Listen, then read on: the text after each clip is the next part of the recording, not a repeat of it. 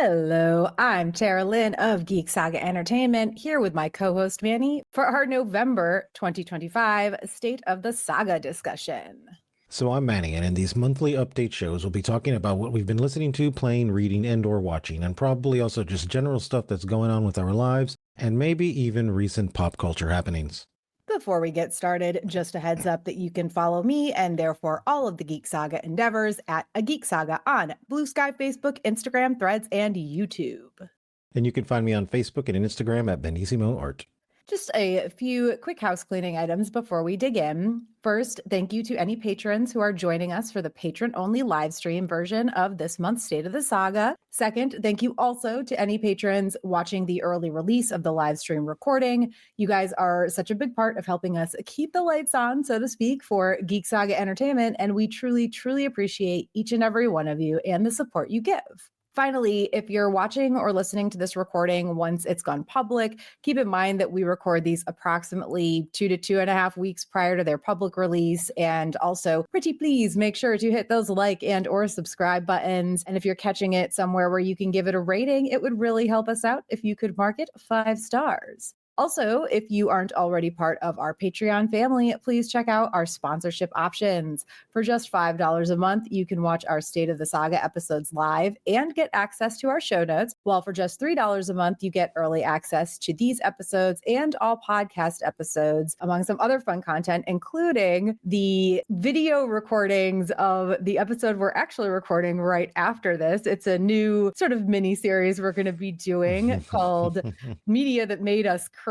It's a combination of our Media That Made Us series and our 90s and Naughties Cringe Factor series. I don't know if we'll do more than one of these particular series, but we're doing Twilight. So we're recording Twilight right after this, and the video for that will be available to patrons. So yeah, check out our Patreon at patreon.com/geeksaga_entertainment. With all of that out of the way, we're going to get into our discussion. We're going to kick this month's episode off with news and/or general gossip.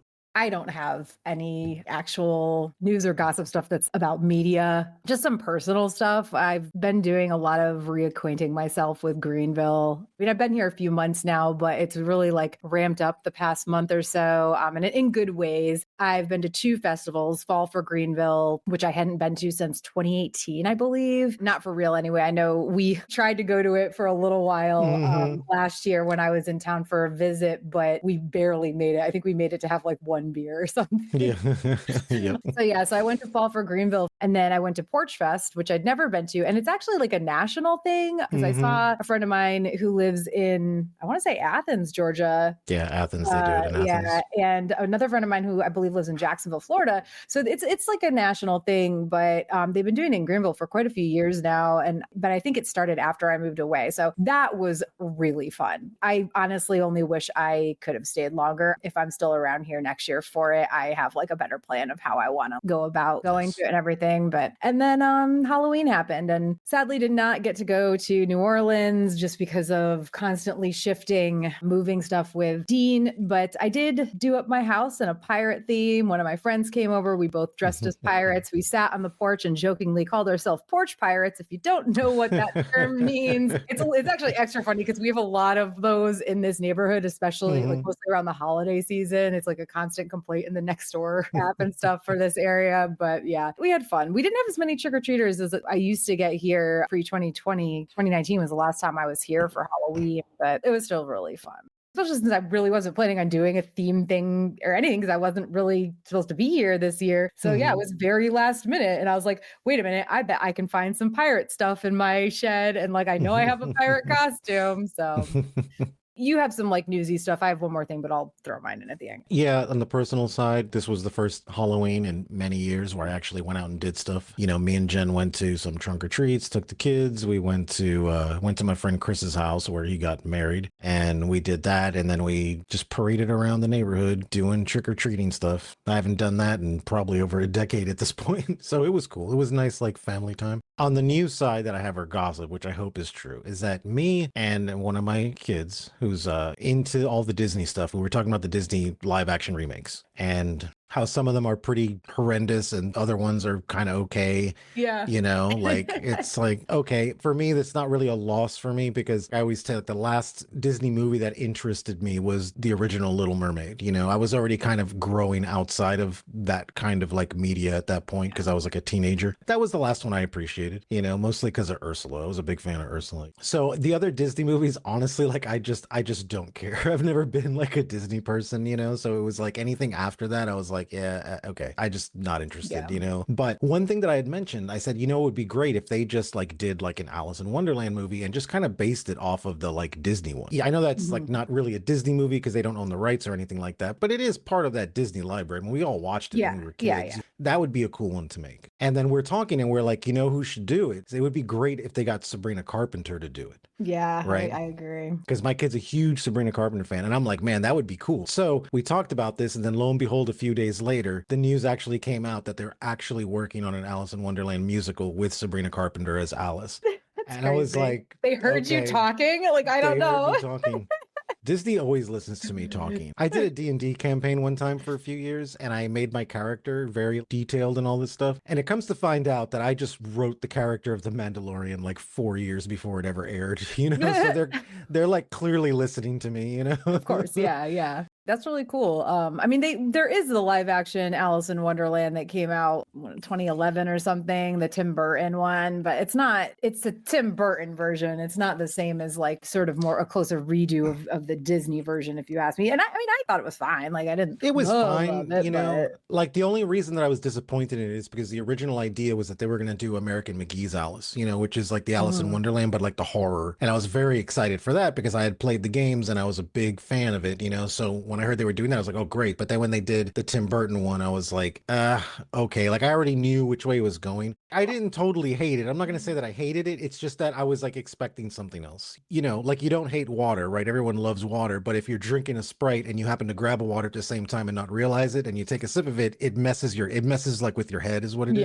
Yeah. It was like one of those kind of situations. But we're both really huge Alice in Wonderland fans. And so's Jen also. So it's exciting to see that they're going to do something with that. Well, and speaking of live action remakes, this was the other thing I had to say, and it toes the line between belonging in like this section or in the what we've been watching section, but I was already planning on putting it here, so it goes really well with your little newsy piece. I finally watched the live action How to Train Your Dragon. I actually really loved it. It was for sure almost a shot for shot remake of the animated one, but they added like some little things in scenes and stuff that were really fun. As someone who, we've talked about this in previous episodes, as someone who is generally like you, kind of meh about live action remakes, like the Lilo and Stitch one, it wasn't the worst thing I've ever seen, but it was like just kind of a thing I watched, and Lilo and Stitch is like my jam. It's like my favorite thing ever, pretty much. Yeah. So yeah, I was really very, very pleasantly surprised by the live action How to Train Your Dragon. I will watch it again for sure, because I watched it on the plane actually this past weekend. I'm excited to watch it again on a big screen, honestly, not the little back of the seat in front of you.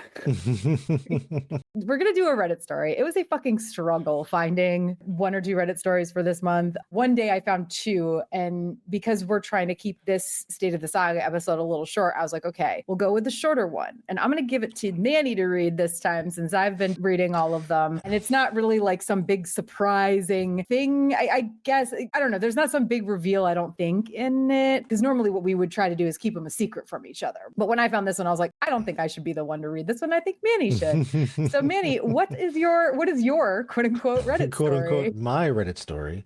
The title is Inappropriate Text Between My Husband and Sister-in-Law. In a nutshell, been married 20 years. Sister-in-law has been married to my brother for 10 years. I knew that my husband and sister-in-law were friends. That's cool, or so I thought. Husband has a history of looking at corn with a P and talking to other women. We were working through it. I checked his phone a few years back and found a message to my sister-in-law telling her, "Good morning, gorgeous," and her replying, "Good morning, handsome." I immediately told my husband and texted my sister-in-law and asked what the fuck. I got, "We're lonely and just friends." I told my brother and lots of drama followed. Flash forward to last year, we're still together, as is my brother and sister-in-law. I find out my husband is talking to her again, calling her multiple times a day. I didn't know how long they were talking, probably the entire time. I tell him I'm done and he begs for marriage counseling, asks that I don't tell my brother. I stupidly agree as it was right before Christmas and I didn't want to ruin his life too. Had I known the extent of this, I would have told him then. Flash forward another 10 months later, we are doing better than ever. Just finished marriage counseling. He hadn't given me a reason to not trust him, but something kept bugging me. I checked his phone and I found inappropriate text messages between my husband and sister-in-law. Not outright sexual, but lots of I love you, my love, baby girl from him to her. She just replies back with, I love you, daddy. I'm disgusted.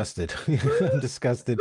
I confront her and she says it's not her, but I'm not imagining the proof I have. He says it is her and it's never been anything physical. Lied to my face for years. My immediate thought was to tell my brother, but I haven't told him yet. I was hoping she would tell him, but she hasn't. I feel like telling him is the right thing to do. My hesitation now is that this will destroy him and our families. I want to protect my children, my nieces and nephews. My husband has always had issues with his mental health and says that this is why he has been carrying on relationships like this with her and other women because of the trauma that happened before we were married. But does his trauma make it okay to do this to me? I sympathize with his trauma, but to drag me through the mud, I'm humiliated and here I am drowning trying to keep him afloat for our children. I know what to do, but I don't know what to do. Dreading what I know I have to do, utterly heartbroken. Yeah, unfortunately, there will not be an update to this one, or at least not one that's easily findable because the OP deleted her account. Obviously, people listening to this podcast could not see that I was literally like banging my head against the desk, like sort of metaphorically, because I was really banging against my head, but it was more of it's supposed to symbolize banging my head against the desk with the whole like, I have trauma and that's why I do the bad things. Like, go get some fucking therapy, get on some medication if you need it. Trauma is no reason to abuse other people. Period. Full stop. Yep, this is a weird one because in the end, just break up with the person. It's better to just break up under the terms of not because it's somebody else. And then that way you guys can just like fix and just do whatever and like move on. And if you're just done, you're just done. I think a lot of people, they kind of self-sabotage like this because they don't want to have to sit down and have the talk. They don't want to be, oh, we have to stay together because of this reason. You know what I'm saying? Like they don't want to go through that. So I feel like sometimes it's some kind of subconscious self-destructive thing to where it's like, okay, there's no coming back from it. The comments, I didn't think there was any reason to share like specific ones because they all said the same thing that we're both probably thinking, girl, tell your fucking brother. And as I already said,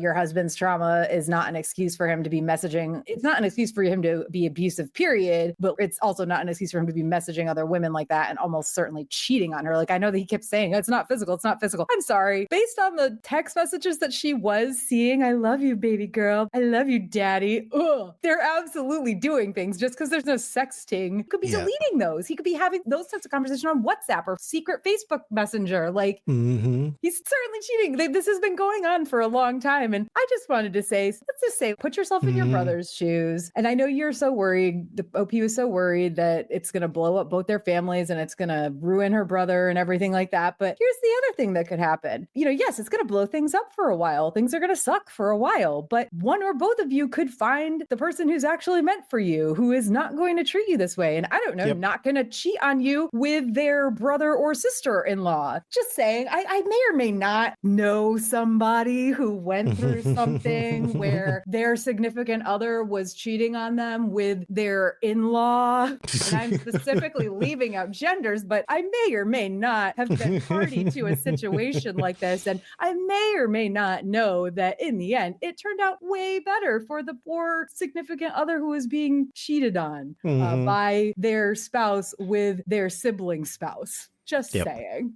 Just saying. When I read this one, I was like, whoa, Manny. I better read this one.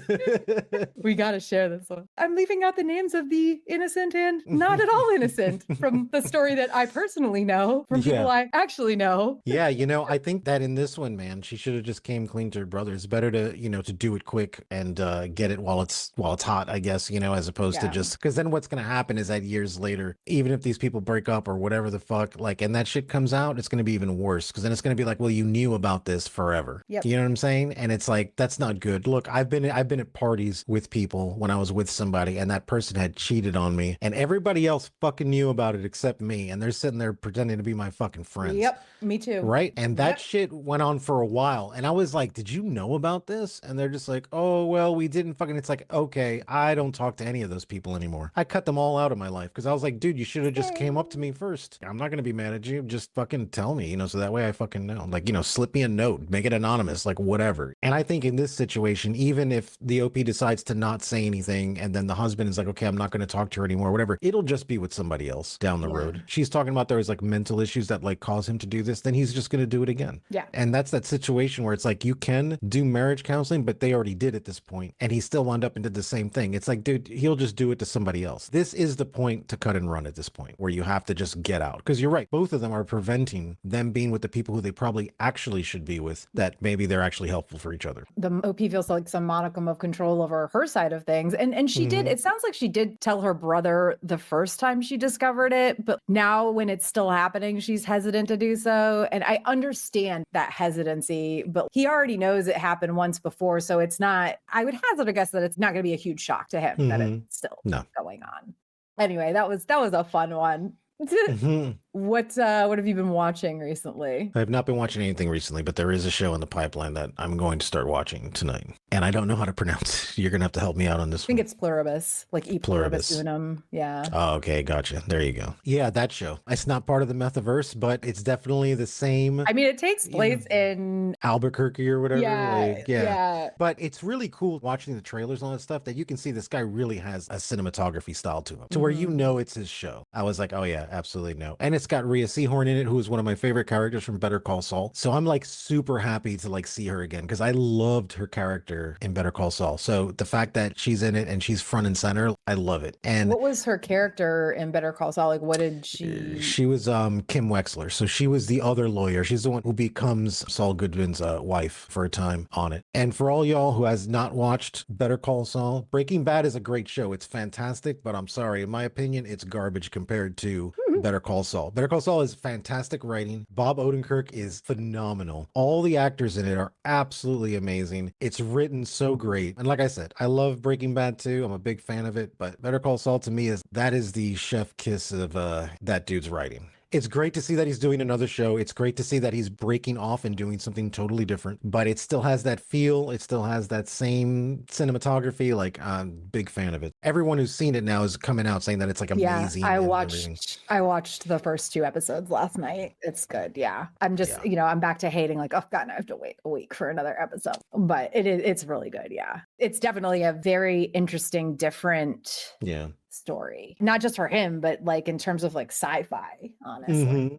For me, I'm just going to like try to hit these real quick. Finished or continued watching from last month. I finished Only Murders in the Building on Hulu. And this season was good. It was a good watch. It just wasn't as good as like the first couple seasons, especially. I still enjoyed it. The ending was definitely like, God damn it. They left you on a real big cliffhanger at the ending. Weird big cliffhanger too. There's one point where there was the person running and they had curly red hair. And I was like, is it Natasha Lyonne? Spoiler alert, it wasn't. But I really was like, that would be fucking amazing and hilarious, because I've been so about her recently. If she shows up at the end of this season as like this possible like one-off character. It wasn't her, but that was disappointing, I guess. I wanted it to be Natasha Lyonne, but who it was actually was a pretty big cliffhanger. So I'll continue watching. Like, I love the show no matter what. I just don't think this season was as good as the first 2 seasons for sure. High Potential on Hulu. It's a good show. It's got Caitlin Olsen, Dee from It's Always Sunny, as the lead, but I think they put out 5 episodes. It was either 4, 5, or 6 episodes. I'm sorry, I can't remember, but they're doing like a mid-season break, because I think it's actually a network show. It's like an ABC show or something, or CBS, whatever. That sucks. I don't want that. Like, it's bad enough that I have to wait week to week again for this shit. Don't do mid-season breaks on top of that. I know it's a network show, but like, who has cable anymore?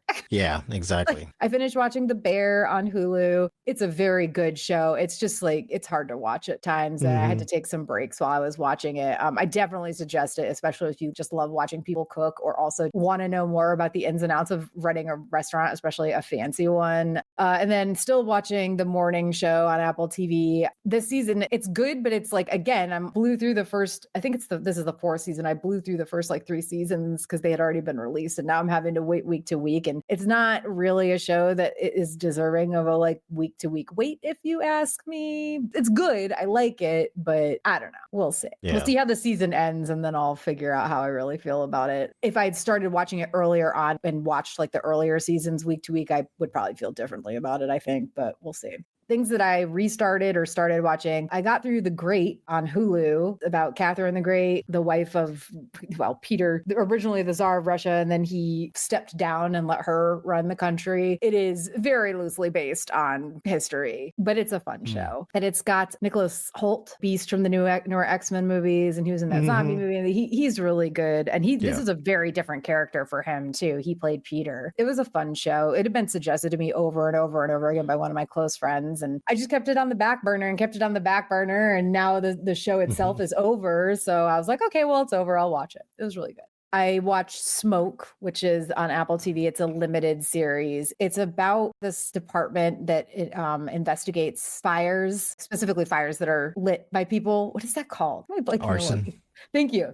Arson. Yes, they investigate arson. I think it's, especially because it's a limited series, I'm pretty sure it's worth a watch because the ending is pretty fucking twisted. You figure out fairly early on like who the real bad guy is. I think maybe not early on, but for sure like halfway through or so, you know who the real bad guy is. But the way the ending is really, it's got this weird twist that you're just like, whoa, holy shit, that's interesting. Okay. So anyway, like if you've not watched it, it's worth a watch. And then also Loot, which is another Apple TV show. It's got Maya Rudolph is the lead in that. It's basically like rich woman, husband cheats on her. He's the rich one. He's, like a tech giant. They didn't have a prenup. So she gets like $80 billion or something insane. And it's basically like, what is she going to do with this money? And she finds out that she has this whole like charity division of one of her companies, or it's a charity company that she's supposedly the head of. She never even knew about it. So she goes and like starts working with them. It's a feel good show and it's funny. I mean, Maya Rudolph is great. So, and then I watched Sanditon on it's on Amazon Prime, but it's like a PBS show, so I only watch season 1. It's a Jane Austen novel show. It is. I don't think I'll ever even watch seasons 2 to 3 because I heard they were good and they're not available on Amazon Prime. But season 1 was really good. If you love Jane Austen, you'd probably like it a lot. Also, if you like Amy Sherman Palladino, Bunheads is available on Hulu. I don't know how long it's been on there, but it had never been suggested to me before, so I'm pretty sure they might have recently added it. It's Amy Sherman Palladino, Gilmore Girls, Marvelous Mrs. Maisel, and this was a show from like around 2012 that only got 1 season. It's cute so far. It's definitely an Amy Sherman Palladino show. It's not Gilmore Girls. Like I don't think it ever would have had a cult following, and it's not Marvelous Mrs. Maisel in terms of the quality either, but it's good. It's a fun little show. And then Elsbeth, which is on like CBS, I think. I'm not going to say where I'm watching it, but I found out several episodes into season 2 that it's part of the Good Wife universe. There's apparently a Good Wife universe. There's the Good Wife, and then there's like there's some other good something show that's part of that same universe. And Elsbeth is the name of an attorney from the Good Wife. I've never watched any of those shows, but yeah, she's a character from those shows, and she's played by Carrie Preston, who I mostly know from True Blood. The show itself is kind of cheesy. It's an episodic thing. She's a lawyer who's working with the cops in New York City, and they give away who the bad guy is at the very beginning of pretty much every episode. Which is like weird because like the entire time you have to watch her figure it out along the way. I don't know, it's cheesy. It's not an amazing show, but like it's kind of my bedtime show right now. It's like I'll watch an episode of this before bed. And then I usually have like a things I've watched because why not? I have nothing else to watch. I really don't have that. I like some of the shows I started watching, like Loot and Sanditon, were things I started because I had nothing else but ended up enjoying quite a lot. The only one I would say is like I watched this because I had nothing else is Platonic, which is another Apple TV show where I finished an episode of, I don't know, Loot or The Morning Show. And what Apple TV does is it spins you into the next show they feel like spinning you into. And Platonic, it's got Seth Rogen and Rose Byrne in it. It's whatever. It's like I watched the whole thing. It is a thing I watched. At times it is entertaining. That's about it.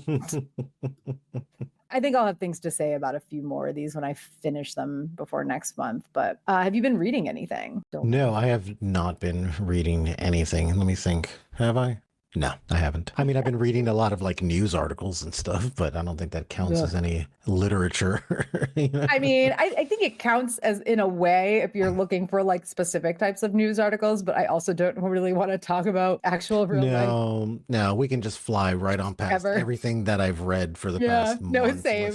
Let's just fly right on past that and just forget it, So last month I mentioned that I had started reading a book called The Dictionary of Lost Words. Worlds by Pip Williams. I finished it, and I guess I really should say I finally finished struggling through it. Like, it was a fucking struggle, let me tell you. Would not suggest. I started this book called Harrow the Ninth. It's book 2 of the Locked Tomb series. It's by Tamsin Muir. I think I'm pronouncing it right, but it's not the easiest name to pronounce. I am so fucking confused by this book. Still loving it, but I'm close to 200 pages in, and I feel like I'm being gaslit because it's telling a story I didn't see coming based on the first book in the series. And like, there's plot points that are like entirely different from things that happened. Like, this character was with this character in the first book based on the story I read in that book. And this book, still 200-ish pages in, is like, that one character who you thought was with this other character in book 1. Well, no, that one character was actually with a totally different person the whole time. I think it's some sort of mind fuck thing. I don't think it's actually, it has to be, but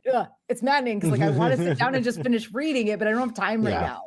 And also, I'm still reading my giant collection of Emily Dickinson poems, but that's going to be the case for a good while because it's my bathroom book. Do you have a bathroom book? Have you ever had a bathroom book? Just a separate book that you keep in your bathroom? No, back in the day I used to. Like, way back in the day when I lived by myself, I used to have a series of books that was like my bathroom book, you know. But then I realized that I'm like a ghost shitter, man. I'm like in and out in 2 minutes. I don't have, like, I'm never gonna sit down for more. Like, if that shit is not coming out quick, then it's like, that's fine. I'll just come back later. I don't like to sit in the bathroom for any longer than I need to. You know, at least, you know, when the kids were young, you know. Oh, like, yeah. I would spend some time in the bathroom. I would just be like, I'm just going to sit here for a minute because daddy needs a minute. And that was it. I started the bathroom book thing because like many, many years ago, I didn't do it when I was younger, or really like say many, many years ago, but I think it was like 10 or so years ago that I started the bathroom book thing. And it was mostly because I got tired of bringing my book back and forth. But like, I'll sit and read when I pee, like even if it's like half a page or whatever. But with the poems, it's easy because it's like, I can read 3 to 10 poems, depending on how long they are while I'm peeing. Yeah, that's true. Reader. My previous bathroom book was the Alexander Hamilton biography by Ron Chernow. And I never even finished it because like I moved away from here and from South Carolina. I left it here, and my roommate started reading it and it got ruined. Oh gosh. He just like the cover fell off. I think it was getting damp like from being in there. So it wasn't like he did it on purpose or did anything weird. So but anyway, bathroom books. I am all for bathroom books. Audiobooks. I mentioned Thrown in the Dark in I think September's State of the Saga episode. It's a romantasy with a very like Dungeons and Dragons-esque plot. Like they're traveling through this land on a quest and they end up in all these odd situations and meet every fantasy character there is. Well, I listened to the second book of that series. It's called Summoned to the Wilds, and then went ahead and started the third book, Eclipse of the Crown. They aren't my usual fare, and I wouldn't say there's anything super special about them, but I don't know. For the most part, like, I've been enjoying listening to them. I don't, if I purchased them and read them, and I think I said this when I first talked about it, I don't know if they would be something I would be like in love with if I purchased and read them in like paperback form or whatever, but they're good audiobooks. They're good when you're on a run. Yeah. I would not listen to these books where anybody can hear them. Gotcha. Like they're not super dirty or anything, but especially now that I'm into the third one, I'm like, oh, well, good thing I'm only listening to this on my runs. Yeah. And not like on a speaker somewhere, like even in the house with somebody else home. All right. What have you been playing? I actually picked up Cyberpunk 2077 again.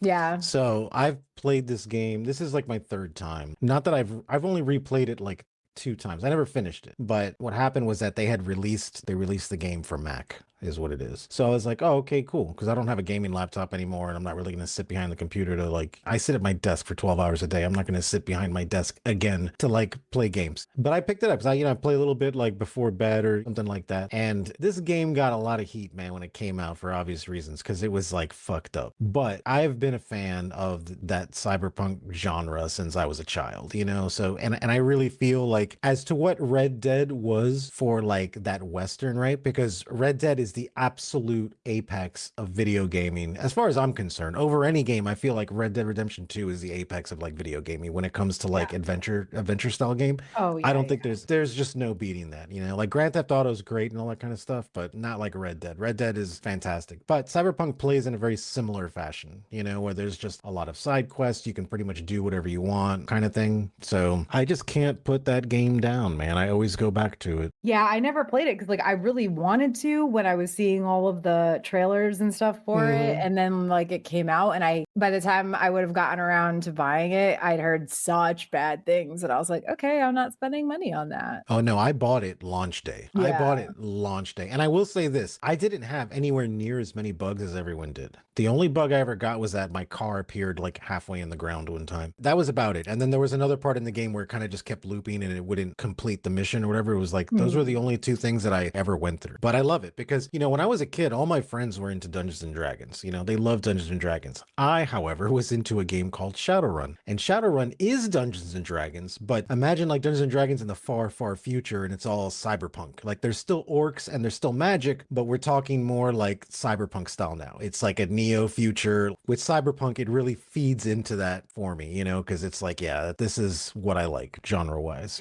Same as the past couple months, I've been playing a little bit here and there of Red Dead 2 and Red Dead Online. With Dean finally, hopefully, maybe, who knows, showing up soonish. I doubt I will be playing much of anything like after that happens, but I think that's a problem for Future Terra or like a Future Terra thing, whatever. I haven't played anything in like over a week now because I was traveling a little bit, and then even before that, I was so busy. Have been listening to anything good? No, I have been listening to lo-fi night drive style music. Last month, it was very like I was, you know, doing like the classic rock thing and a lot of this stuff. I'm just very eclectic when it comes to my music. One day I'll be listening to orchestra stuff, and then the next day I'm just listening to NWA for a month. I just bounce back and forth. When I used to put together iPod playlists back in the day, and even now I put together Spotify playlists, like they're all over the place. It might have an 80s song or whatever that or 90s song I only know about because I saw it on a TV show I like. It might be same. a couple Sabrina Carpenter songs, some Taylor Swift songs, some just random, what is it? I would walk 500. Like that one's on one of my random playlists. I don't even know why I put it on there.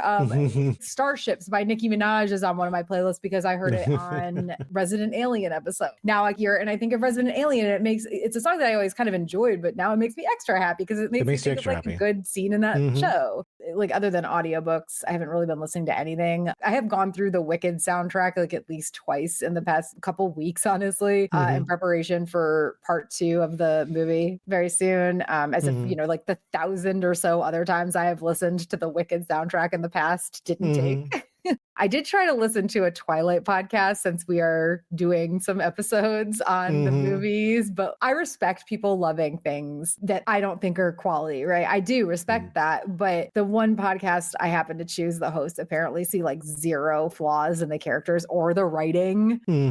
Oof. Listen, so this podcast isn't my thing either. It's fine. Yes, that's about it listening for me. In conclusion, upcoming events or things we're excited about. Pretty much just Thanksgiving, getting to spend time with my family. We have plans, you know, so it'll be a lot of back and forth, but it'll be a lot of family time, which is good. Also, I am really looking forward to, obviously, part 2 of Wicked in theaters.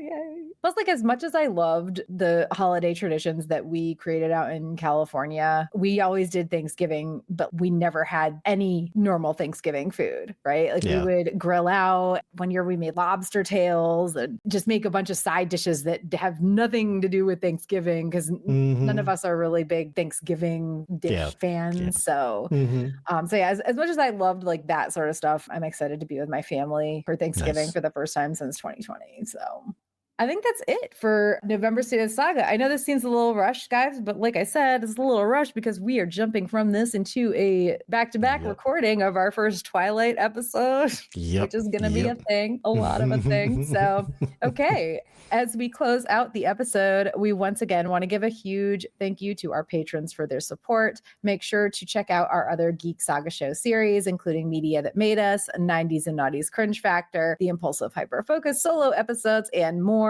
And on a note, the Twilight episodes, they are going to be a pretty staggered release, I think, podcast only for anybody who's not a patron. So keep a weather eye out. I know I've said a couple times that we're recording it tonight, but for the public, it might be several weeks. Well, I don't know, maybe not several, but at least a couple before the first Twilight episode comes out. And then we'll see about the rest of the movies from that series. And please don't forget to like, subscribe, or rate us 5 stars wherever you're watching or listening. And as always, please also consider supporting us by backing our Patreon at patreon.com/geeksaga_entertainment.